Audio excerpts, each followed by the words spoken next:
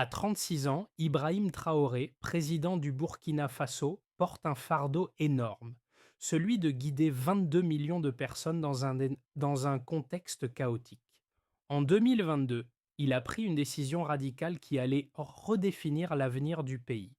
Face aux pressions extérieures, au moment où l'avenir semblait incertain, il a fait le choix de la souveraineté, rejetant l'aide internationale et les accords imposés par les puissances étrangères. Mais ce pari, aussi audacieux soit-il, n'était pas sans risque. Ce choix, le destin du Burkina Faso en dépendait. Il allait découvrir qu'en choisissant de suivre sa foi, il libérait aussi son peuple.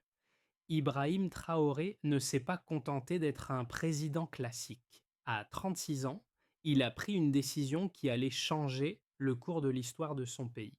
Il a refusé les promesses de sécurité et de stabilité venant des puissances étrangères, sachant que la véritable indépendance du Burkina Faso ne viendrait pas des accords internationaux, mais de la volonté de son peuple. Cette audace a bouleversé l'ordre établi. En prenant ce chemin, il a mis en jeu la stabilité de son gouvernement, la sécurité de sa famille et la paix du pays.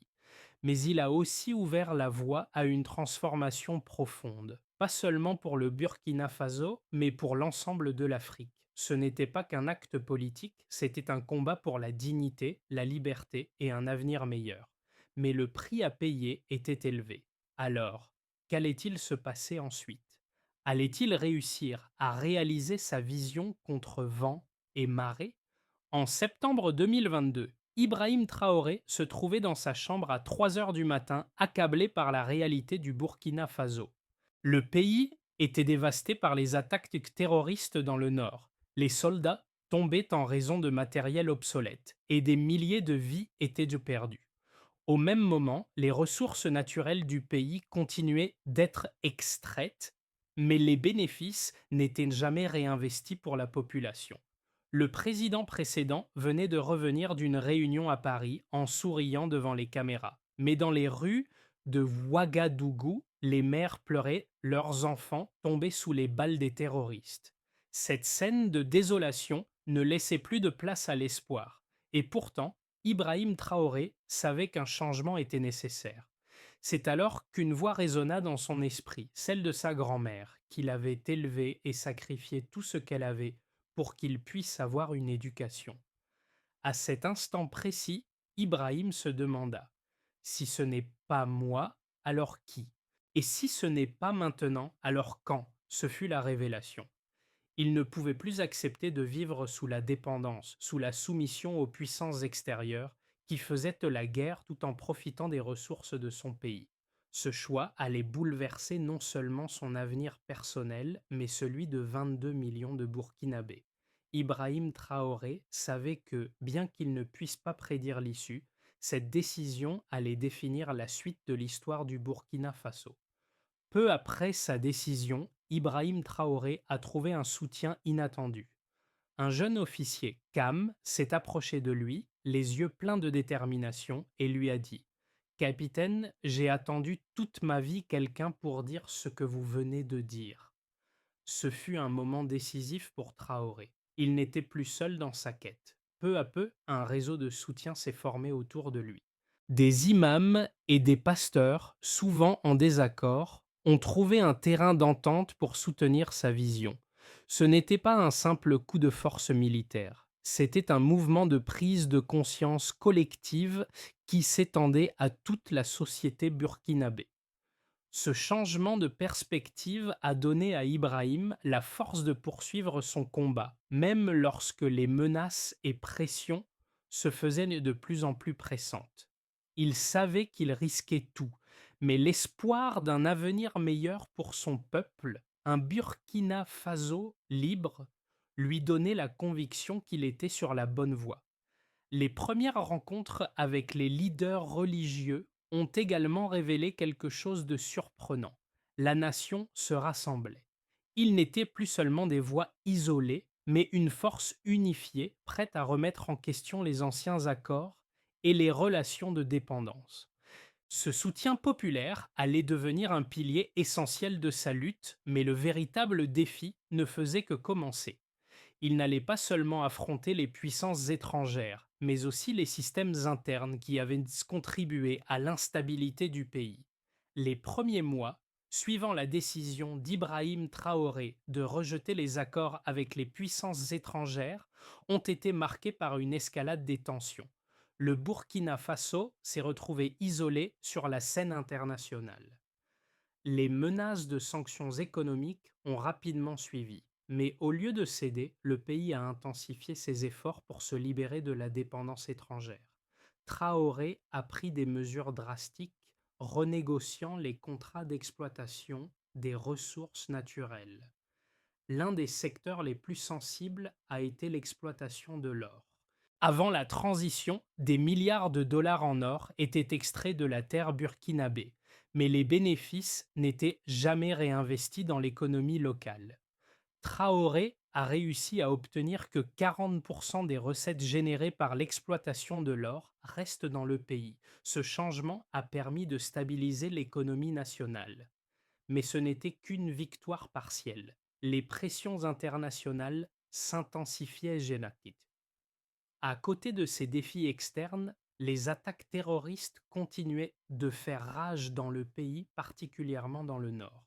Cependant, malgré l'escalade de la violence, le peuple burkinabé s'est montré résilient.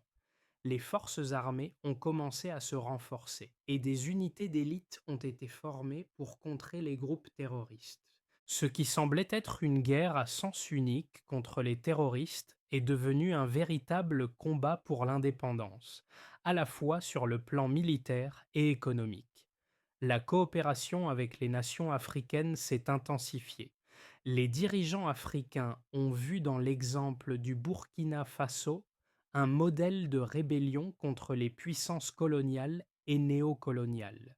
Des accords régionaux ont été signés pour renforcer les échanges commerciaux et sécuritaires. Cependant, la menace extérieure ne cessait de croître. À chaque tournant, les ennemis de la révolution burkinabé, tant internes qu'externes, tentaient de faire échouer les réformes. Les sanctions économiques imposées par la communauté internationale ont mené à des pénuries, mais étonnamment, la nation a résisté. Les Burkinabés, avec le soutien de leurs leaders religieux et communautaires, ont trouvé des solutions locales pour combler les manques, stimulant ainsi l'économie de manière autonome.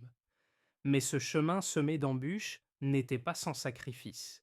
Les pénuries alimentaires se sont faites sentir et les infrastructures, déjà fragiles, ont continué de se dégrader sous l'effet des sanctions. Mais Traoré, soutenu par un peuple de plus en plus uni derrière lui, a persévéré. Chaque victoire sur le terrain a renforcé sa position politique et chaque crise économique a donné naissance à des solutions innovantes portées par la société civile. La résistance de Traoré a démontré qu'un petit pays, à l'image du Burkina Faso, pouvait défier les forces extérieures et réussir à prendre en main son propre destin, malgré les pronostics les plus pessimistes des experts internationaux. Les répercussions des choix audacieux d'Ibrahim Traoré ont commencé à se manifester de manière tangible dès les premiers mois suivant sa prise de décision. En dépit des prévisions alarmistes et des pressions internationales, les résultats ont montré que le Burkina Faso pouvait prospérer sans l'aide étrangère. L'une des premières victoires économiques a été la renégociation des contrats miniers. Avant la transition, les multinationales exploitaient les ressources naturelles du Burkina Faso, particulièrement l'or, sans qu'aucun des bénéfices ne reste dans le pays. Sous la nouvelle administration, Traoré a réussi à imposer des conditions favorables pour le pays. Aujourd'hui, 40% des bénéfices générés par l'exploitation de l'or restent dans le Burkina Faso, une somme qui a été réinjectée dans l'économie nationale. Ce changement a eu un impact direct sur les finances publiques et a permis de soutenir plusieurs projets de développement. En quelques mois, les investissements étrangers ont commencé à affluer, bien que dans une proportion moindre que prévu. Néanmoins, une augmentation de 12% des investissements locaux a été constatée. Les entreprises africaines, auparavant reléguées au second plan, ont vu de nouvelles opportunités d'expansion sur le marché burkinabé. Le taux de chômage a également connu une baisse significative. En moins de 6 mois, plus de 25 000 nouveaux emplois ont été créés, en grande partie grâce aux nouvelles politiques économiques favorisant les PME locales. Ce regain d'activité économique a été accompagné d'une réduction de 15% du taux de pauvreté dans les régions les plus touchées par les crises. Les villages autrefois abandonnés par l'État, comme Namongu, ont vu leur situation se transformer grâce à ces politiques. Ce village, gravement touché par les attaques terroristes, dispose désormais d'une école fonctionnelle, d'une clinique de santé et d'une présence militaire assurée par les forces burkinabées. En matière d'infrastructure, les résultats ont été tout aussi probants. Les routes, les écoles et les hôpitaux, qui étaient en ruine avant la transition, ont commencé à recevoir des financements significatifs pour leur rénovation. Ce développement des infrastructures a été un facteur clé de la résilience du pays face aux sanctions économiques et à la guerre. En outre, une série de réformes dans le secteur agricole a permis de sécuriser l'approvisionnement alimentaire, réduisant ainsi la dépendance du Burkina Faso à l'égard des importations.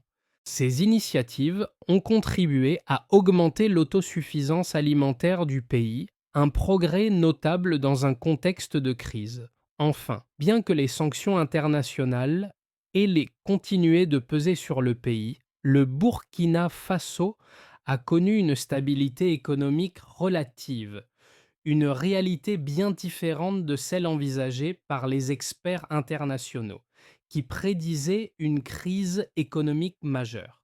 Ce succès économique a été salué par de nombreux analystes régionaux et a renforcé la position de Traoré sur la scène politique nationale et internationale.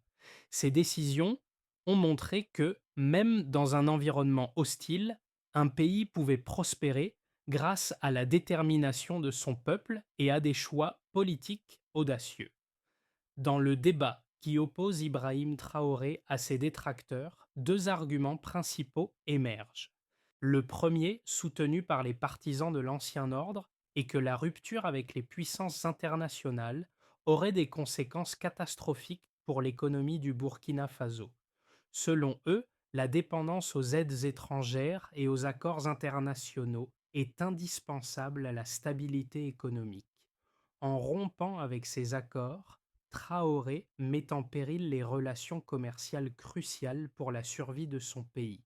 Il souligne que la communauté internationale est une source de soutien financier, de technologie et de sécurité, et que l'isolement international rendra difficile tout développement durable à long terme.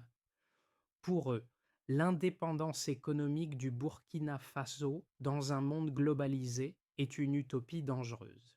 De l'autre côté, Traoré et ses partisans avancent un argument fondamental. La véritable stabilité ne peut venir que de l'autonomie et de la maîtrise des ressources internes. Ils soulignent que pendant des décennies, le Burkina Faso a été soumis à un système d'exploitation qui a appauvri ses habitants tout en enrichissant les nations étrangères. L'objectif de Traoré est de renégocier les relations avec l'extérieur, non pas de les couper, mais de s'assurer que les bénéfices des ressources naturelles profitent directement au peuple burkinabé. Il met en avant que les prévisions économiques catastrophiques faites par ses détracteurs n'ont pas pris en compte la capacité du peuple burkinabé à se réorganiser, à s'adapter et à exploiter ses propres ressources de manière plus équitable. L'argument central de Traoré repose sur une vision à long terme. L'indépendance politique et économique n'est pas un luxe, mais une nécessité. Les critiques extérieures, qui insistent sur la stabilité apportée par les relations internationales, ignorent souvent l'impact de la dépendance sur les générations passées. En revanche, Traoré présente son approche comme un chemin difficile mais juste, visant à briser les chaînes de l'histoire et à garantir un avenir où le Burkina Faso pourrait prospérer indépendamment des puissances coloniales.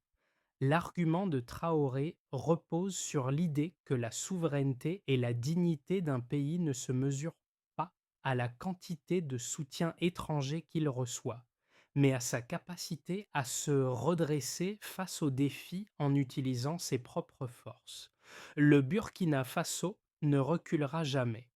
Cette phrase marquait un tournant décisif dans la lutte pour l'indépendance du pays.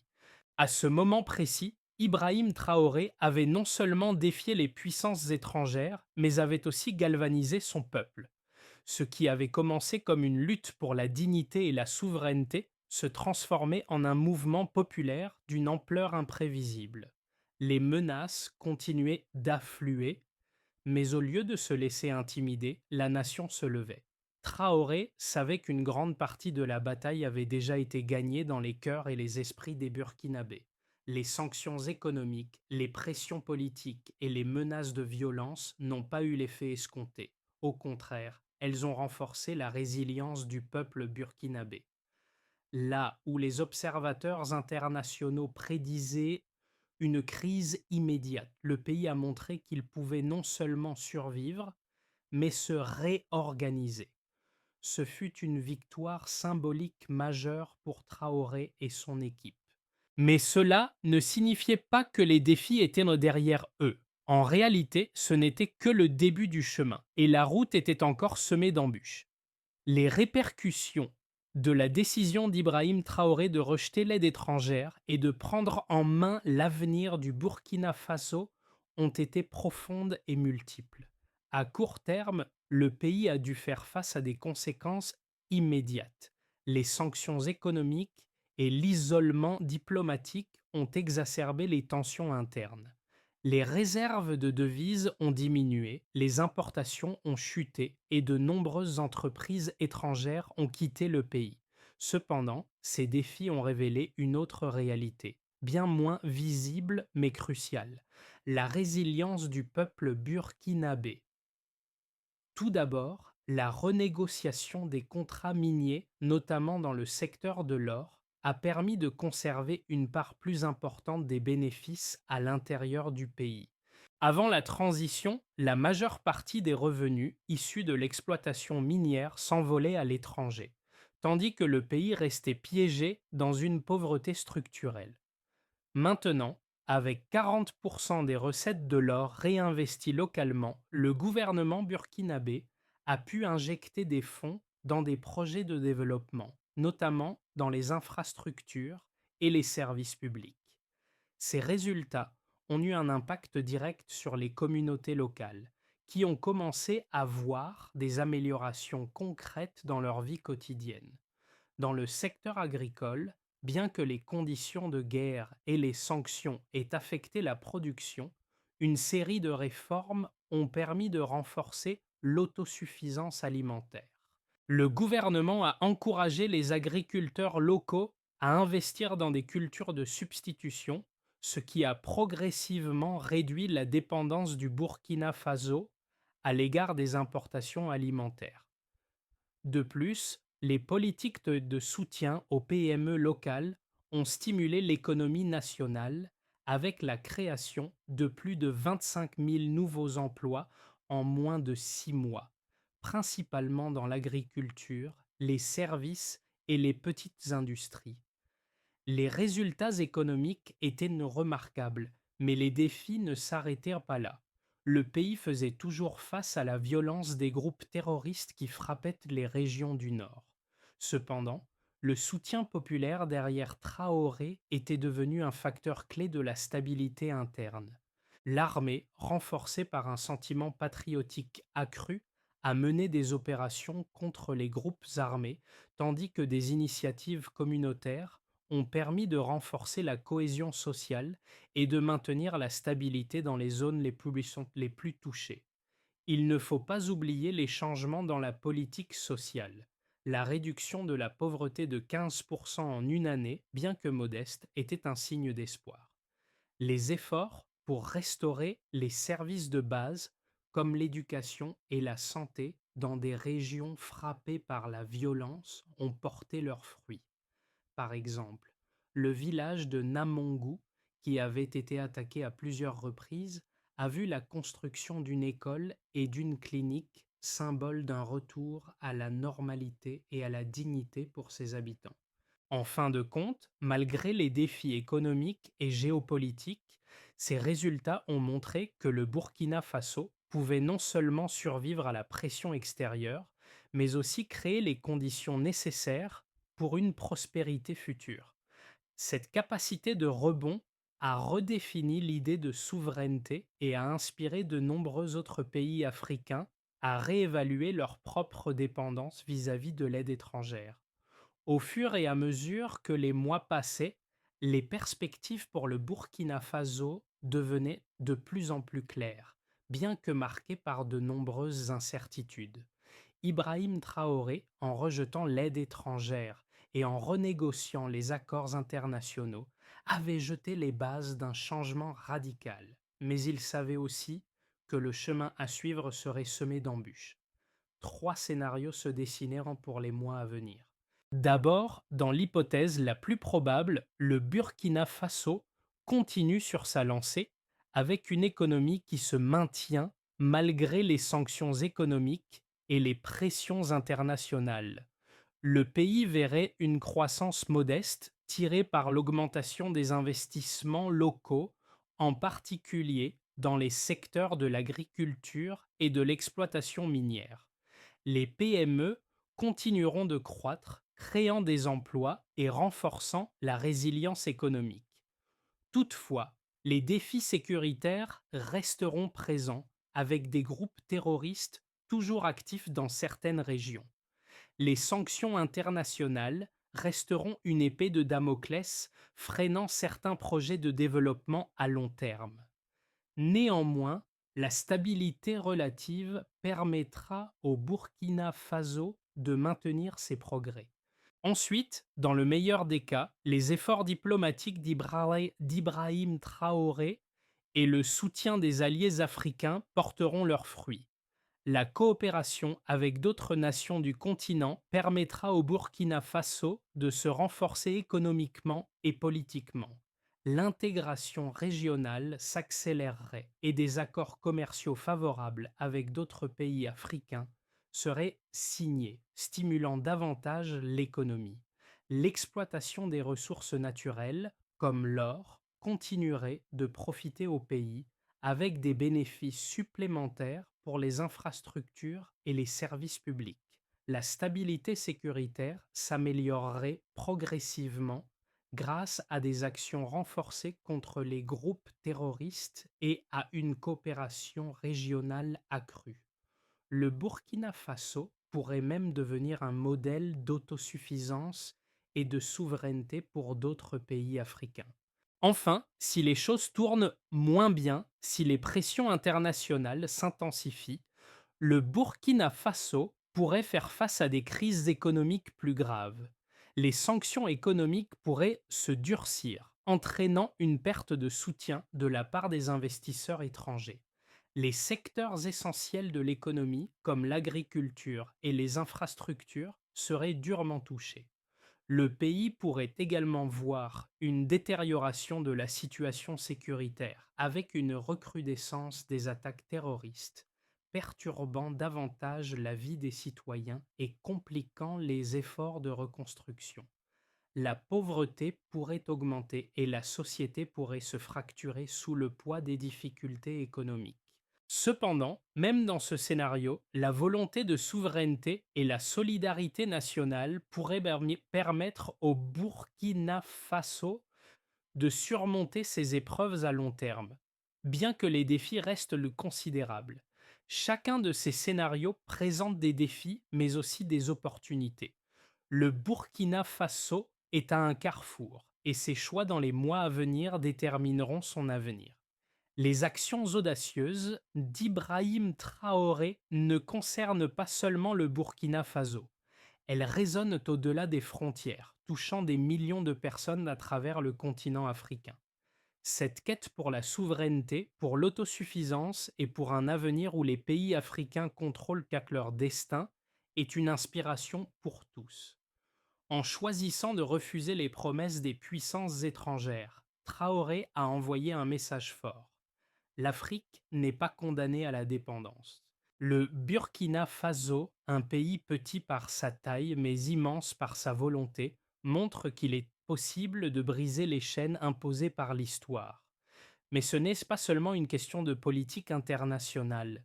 Cette lutte touche au quotidien de chaque citoyen burkinabé, à la réalité des villages et des familles qui, jour après jour, subissent les effets de la guerre, de la pauvreté et de la négligence. Le soutien populaire qui se renforce à chaque étape de cette transition est le véritable moteur du changement.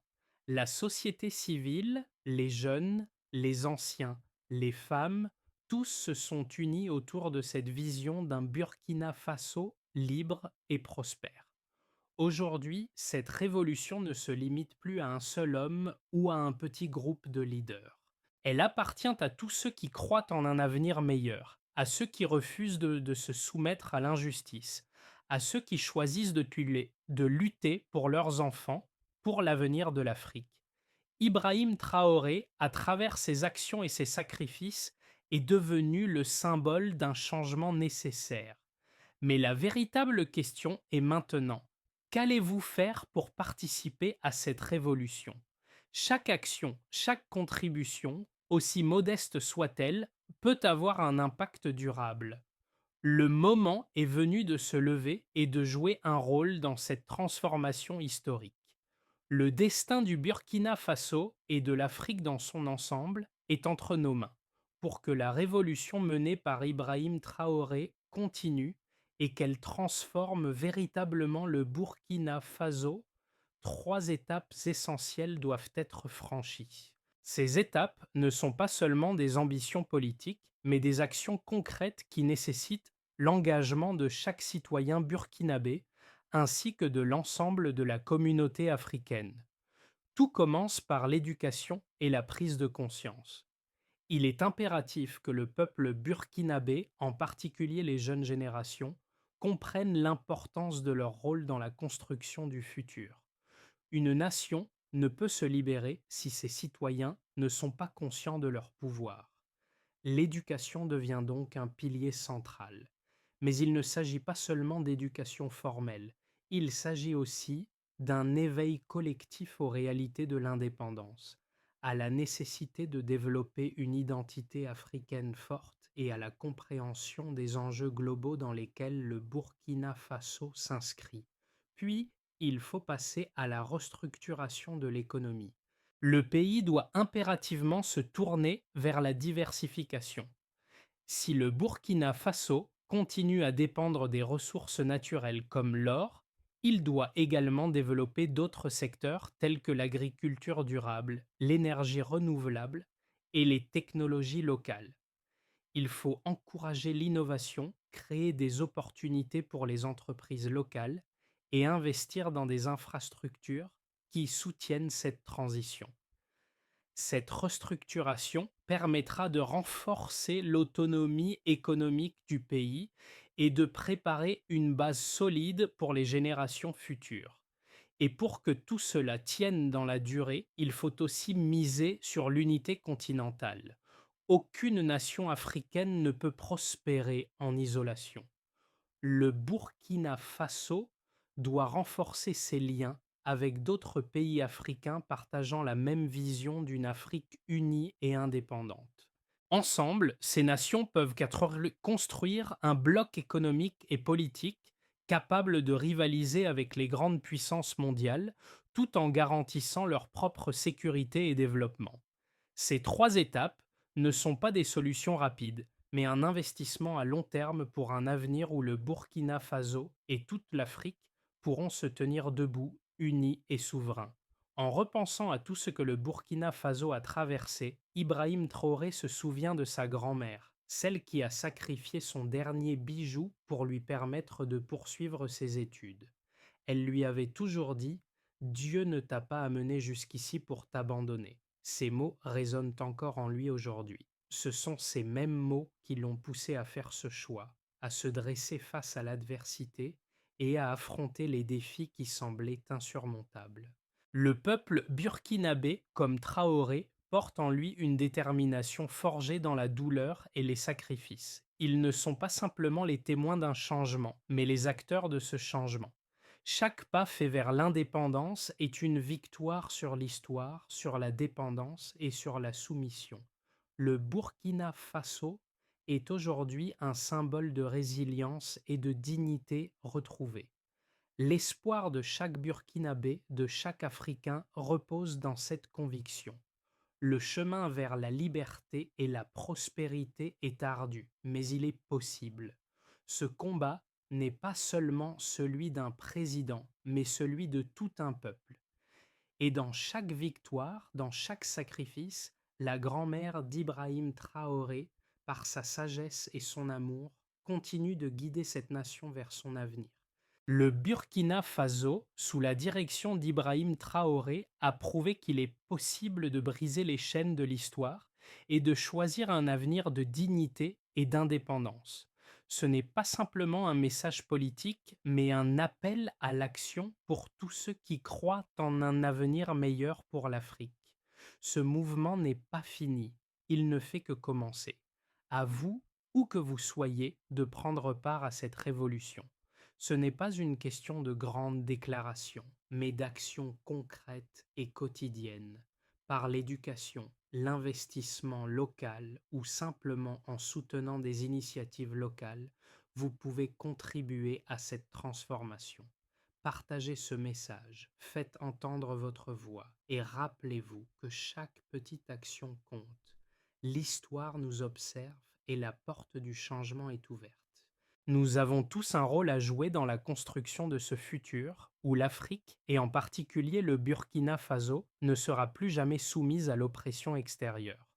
Prenez un moment pour réfléchir à ce que vous pouvez faire. Ensemble, nous façonnerons un avenir plus lumineux et plus prospère. Il est temps d'agir. Le changement commence maintenant.